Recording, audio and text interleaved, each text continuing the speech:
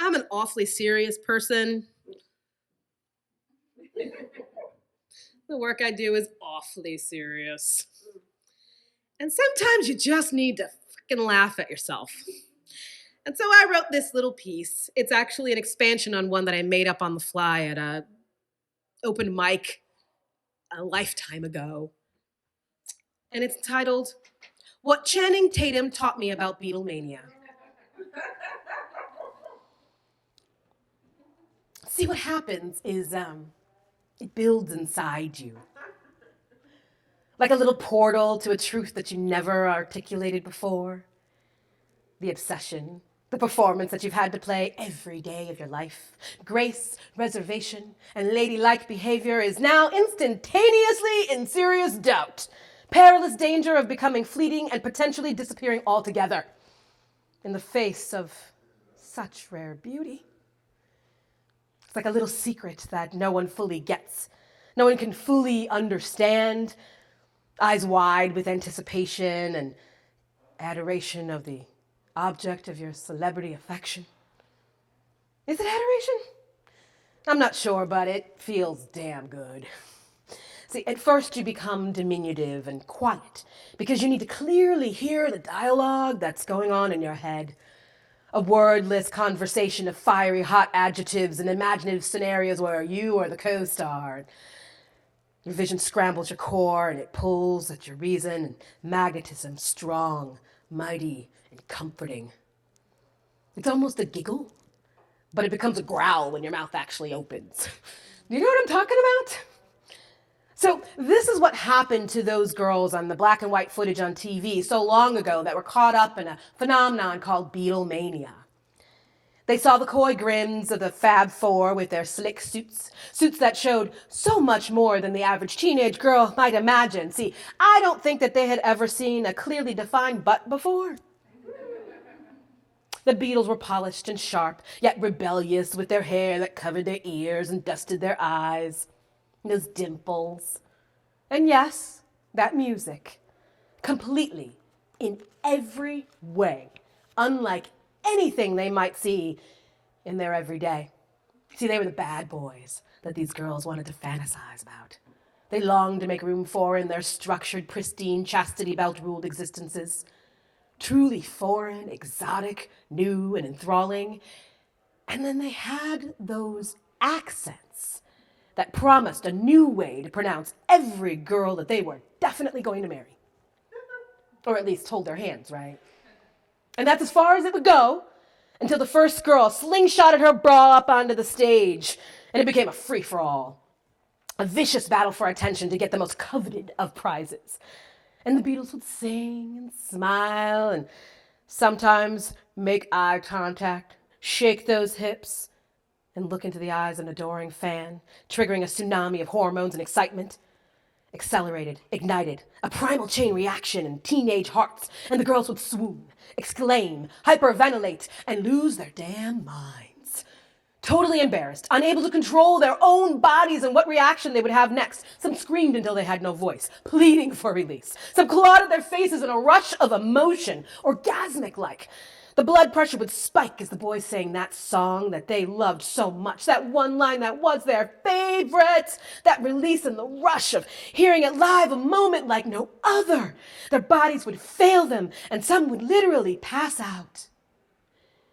Those sexually repressed girls were ready to riot just to get a glimpse of those Liverpool lover boys. I don't judge them. Hey, they needed something to keep themselves warm at night. Something so rare, unlike their regulated suburban existence might actually offer. It's funny, isn't it? Right? I always thought that Beatlemania was so odd. Between you and me, I love live music. Many times I've had that musical climax where you wait all night to hear your favorite song ever, and it's played just right. And the phrasing is perfect.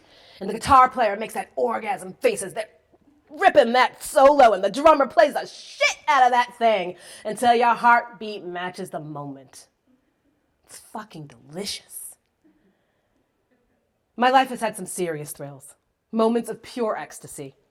And no matter what, I could always keep it cool, keep it contained, not get starstruck, rationalized even. Well, that is until Channing Tatum came along. Curious as always, I ordered a movie on demand called Magic Mike. What? What is happening? That smile. Those eyes. Dear God, those lips. And yeah, that body. What? What?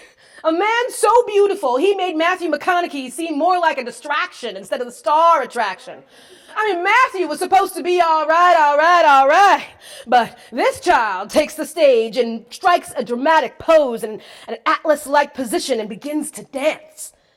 I mean, can I even call it dance? It was movement so fluid, so unreal, that I stood there slack-jawed at the transitions. Hardcore athleticism, incredible artistic talent.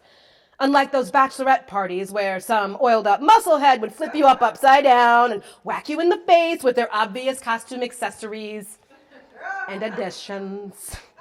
And you cheered and you smiled and you made it rain because it was there. You were along for the ride for your girl because it was her night out, her chance to be a bad girl. Yawn. But Channing? Chan, as I like to call him. He articulated as he would glide across the stage doing acrobatic Kama Sutra moves to a sultry soundtrack. Literal feats of strength. Gyrated, simulated. And a pressure point is touched somewhere in my brain and I become fixated on his smile and his pursed lips. Did I mention his lips? Even his damn calves somehow have a seductive glow that I never paid attention to before. My mind blown, racing at warp speed through a million fantasies and imagined scenarios with me as the co-star, of course. Dear God, he is perfection. And I find myself screaming at the TV. No cool, no control, some fucking weird amalgamation of obsession and mental overload takes over, and I'm screaming because it is the only right thing to do. It is the only thing to do, the only way to release the stress of work, the monotony of adulting, and I seek an escape that at this moment feels damn good. And my shame and my response should make me retreat into girly giggles, but instead I just want to keep fucking screaming. I want to destroy his wife. I want to start a riot for my chance to see if reality is anything like fantasy, just a little bit. I will settle for a taste as soon as I stop screaming. Because I am actually starstruck by Channing Tatum and all of his beauty. And if they come out with a Magic Mike Part 3, I won't be signing up to be an extra in that cinematic masterpiece because I've already shown that I have a hardcore case of Channing mania and will likely just scream in his presence and never stop. Just like the girls on the black and white footage on TV. Yeah.